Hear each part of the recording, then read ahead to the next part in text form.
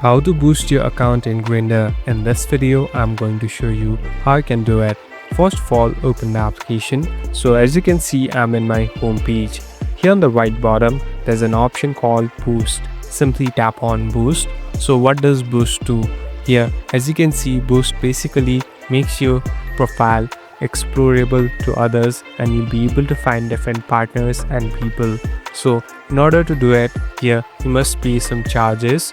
Here on the bottom, there are two different boosts available, Super Boost and a Boost. Now simply tap on Continue and now you must add your debit or credit card in order to purchase it. So this will automatically deduct the amount and you'll be able to use this boost feature easily. Thank you for watching this video. I hope this video will help you.